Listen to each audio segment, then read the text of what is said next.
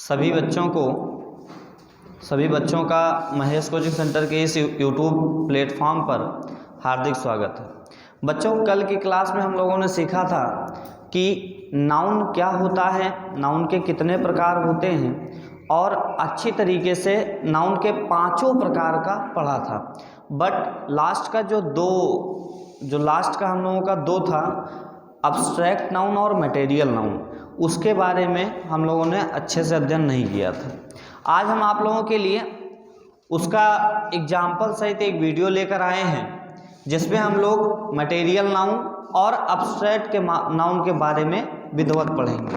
ठीक है, तो हमने कल इस पे बात की थी कि मटेरियल नाउन होता क्या है, पदार्थवाचक संज्ञा है क्या।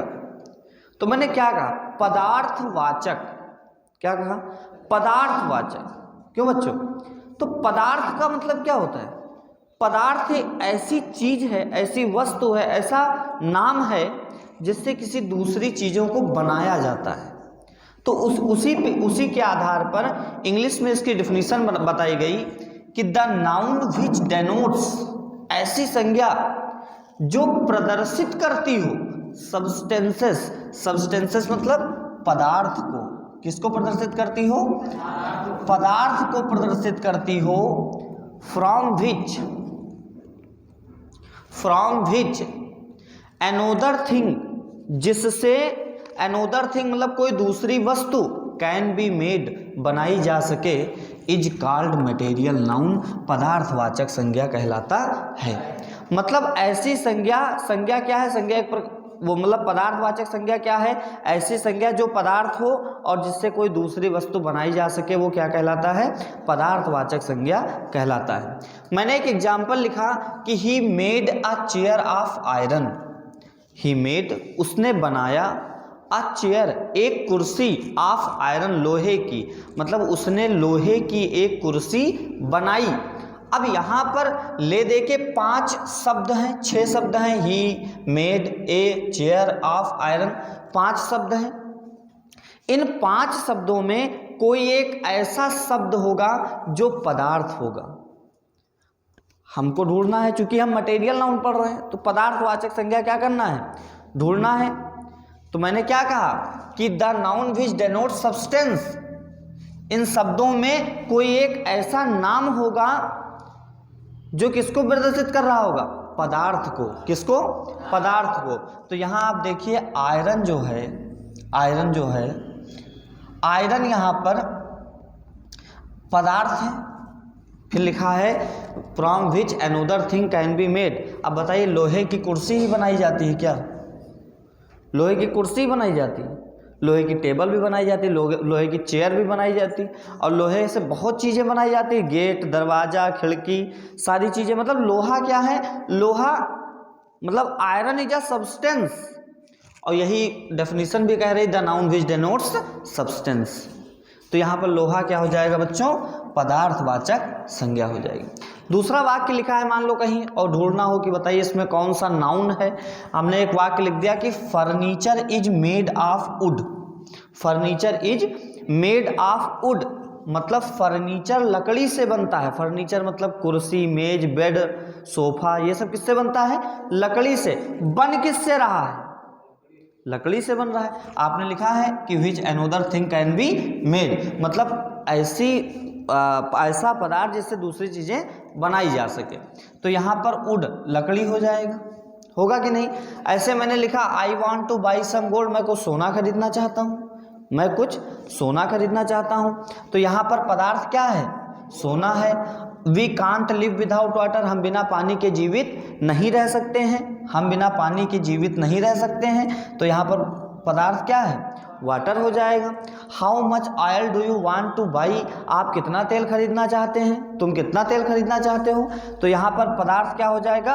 ऑयल। क्या होगा बच्चों? ऑयल होगा। क्या होगा? ऑयल होगा। गुड। ऐसे ही अगर हम बात करें तो यहाँ पर आई होप कि आप समझ गए होंगे मटेरियल नाउन किसे कहते हैं। समझ गए? डेफिनेशन बड़ी आसान है। The noun which denotes a substances, the noun which denotes a substances from which, जिससे another thing can be made, is called material noun. Okay, उसके बाद हम बात करते हैं अब्स्ट्रैक्ट नाउन की। बच्चों ये मोस्ट इंपॉर्टेंट है, बच्चों को काफ़ी बच्चों को समझ में नहीं आता है अब्स्ट्रैक्ट नाउन होता क्या है। भाई यहाँ तक तो नाम था, यहाँ तक क्या था, नाम था, पदार्थ का नाम था, वस्तु का नाम था, स्थान का नाम था, व्यक्ति का नाम था, समूह का नाम था कि नहीं था? अभी तक नाम था, लेकिन अब नाम नहीं रहेगा। भाववाचक संज्ञा में क्या नहीं रहेगा बच्चों? क्या नहीं रहेगा? नाम नहीं रहेगा। ये पता है, भाव होगा। क्या होगा? भाव। मतलब ऐसा नाम या ऐसा शब्द जो किसी का गुण बताए, जो किसी का गुण बताए, कार्य बताए, विधि बताए, अवस्था बताए, भावना बताए। ऐसा शब्द जो किसी का गुण बताए, कार्य बताए, विधि बताए, अवस्था बताए या भावना बताए, तो वो शब्द क्या कहलाएगा? भाववाचक कहलाएगा। क्या कहलाएगा? भाववाचक। याद रखिएगा, अभी तक हम नाम पे फोकस कर रहे थे कि नाउन क्या है, नाम है, लेकिन अब अब्स्ट्रैक्ट नाउन में हम लोग नाम की बात नहीं करेंगे, वह शब्द जो भाव बताए, वह शब्द जो भाव बताए। तो इंग्लिश में इसकी डेफिनेशन कैसे लिखेंगे?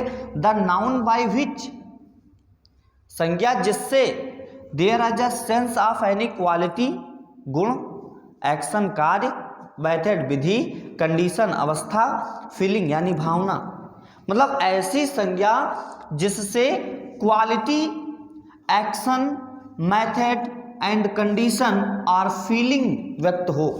मतलब गुण का बोध हो, कार्य का बोध हो, विधि का बोध हो, अवस्था का बोध हो या भावना का बोध हो, तो ऐसे शब्द भाववाचक संज्ञा कहलाते हैं। ठीक, आप लोग लिख रहे हैं ना इसको, भाववाचक संज्ञा कहलाते हैं। कुछ एग्जाम्पल्स हैं, हम देखते हैं इसको। My grandfather used to tell me stories in my childhood. इसका मतलब मेरे दादाजी, माई ग्रैंड फादर मेरे दादाजी यूज टू टेल, कहा, टेल मतलब तो कहना होता है, लेकिन स्टोरी है, स्टोरी कही नहीं जाती, सुनाई जाती है। तो यूज टू टेल मतलब सुनाया करते थे, मी मुझे, स्टोरीज मतलब कहानियाँ, इन माई चाइल्डहुड बचपन में। तो मेरे दादाजी मुझे बचपन में कहानियाँ सुनाया करते थे। अब यहाँ पर इस पूरे वाक्य में ऐसा शब्द होगा जो, अब चूंकि हम लोग अब्स्ट्रैक्ट नाउन का एग्जाम्पल लिखे हैं तो इसी के बारे में तो लिखेंगे, तो ऐसा शब्द होगा जो गुण, कार्य, विधि, अवस्था या भावना को प्रदर्शित कर रहा होगा। तो बताओ बच्चों क्या हो जाएगा इसमें? चाइल्डहुड। ये क्या है? अवस्था है। क्या है बच्चा?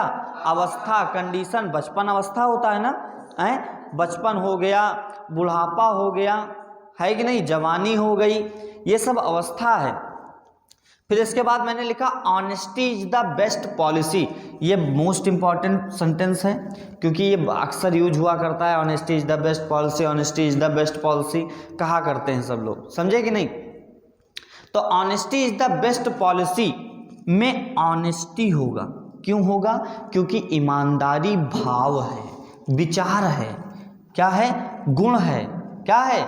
गुण है कि नहीं? ईमानदारी गुण है कि नहीं है? बेईमानी भी गुण है, बहुत लोगों में होता है। 98% में बेईमानी का गुण होता है और 2% में क्या होता है? ईमानदारी का गुण होता है। तो गुण है कि नहीं है ये ऑनेस्टी? तो इस वाक्य में आप अपने आप जान जाएंगे ना कि ऑनेस्टी गुण है कि नहीं है। ऐसे ही हिज लव इज ग्रेट, उसका प्यार महान है, फॉर हिज कंट्री, अपने देश के लिए, तो उसका प्रेम देश के लिए महान है। अब यहाँ पर ऐसा कौन सा शब्द है जो भावना को प्रकट कर रहा है? लव। क्या है? लव। तो यहाँ लव हो जाएगा अब्स्ट्रैक्ट नाउन। मतलब इस बात को याद रखेंगे कि जिस नाउन से किसी का गुण प्रदर्शित करे, कार्य पता चले, विधि का पता चले, अवस्था का पता चले या भावना का पता चले, वो हमारा हो जाएगा भाववाचक संज्ञा। ठीक है, अब यहाँ पर लव हो गया। ऐसे मैंने his judgement is right, his judgement is right. तो बताओ बच्चों इसमें क्या होगा? क्या होगा? ओके गुड, क्या हो जाएगा? जजमेंट। गांधी जी लव्ड, अब यहाँ पर मैं बताना चाहूँ, यहाँ पर लव है, यहाँ पर लव्ड है कि नहीं है। यहाँ लव जो है नाउन है, बट यहाँ लव्ड नाउन नहीं है। क्यों? क्योंकि यहाँ पर लव्ड जो है as a verb second form में यूज हुआ है, मतलब एज ए वर्ब उपयोग हुआ है। तो जब हम वर्ब पढ़ाएंगे तो वहाँ पर बात कर लेंगे। तो यहाँ पर क्या हो जाएगा? सच्चाई, सत्य। सत्य क्या है बताओ? गुण है, कार्य है, विधि, अवस्था या भावना? गुण है। क्या है? गुण है। तो यहाँ सत्य हो जाएगा हम लोगों का अब्स्ट्रैक्ट नाउन। ओके, तो सभी लोगों को मटेरियल नाउन और अब्स्ट्रैक्ट नाउन समझ में आया? ठीक, सबको समझ में आ गया? जितने भी बच्चे YouTube मेरी क्लास अटेंड कर रहे हैं उनसे एक ही अनुरोध है कि वीडियो को अच्छी तरीके से देखें, समझें, कमेंट करें। आपके कमेंट से पता चलता है कि हम कितनी मेहनत कर रहे हैं और मुझे अभी और कितना मेहनत करना पड़ेगा। खूब लाइक करिए, शेयर करिए, सब्सक्राइब करिए। और सूर्यांश सक्सेना सर की तरफ से आप लोगों का बहुत बहुत धन्यवाद। इतने व्यूज़ आ रहे हैं और इतने अच्छे अच्छे कमेंट आ रहे हैं। So thank you so much for this. और चैनल सब्सक्राइब करते रहिए और मैं कोशिश करूंगा कि आपके लिए कुछ नया लेकर आऊं। अभी इंग्लिश की क्लास अपडेट हो रही है। मैं आपको बता दूं, इसी महेश कोचिंग सेंटर के यूट्यूब प्लेटफॉर्म पर आपकी मैथ की भी, साइंस की भी, इंग्लिश की भी और 11-12 की स्पेशली नीट, IIT, JEE के प्रश्नों के साथ सभी टॉपिक्स क्लियर करवाए जाएंगे। अभी कुछ ही वीडियो मिल रही हैं। मैं कोशिश करूंगा कि सारी वीडियो जल्द से जल्द उपलब्ध हो सकें। बस एक ही चीज़ चाहते हैं कि आप खूब लाइक करें, शेयर करें, सब्सक्राइब करें। Thank you so much.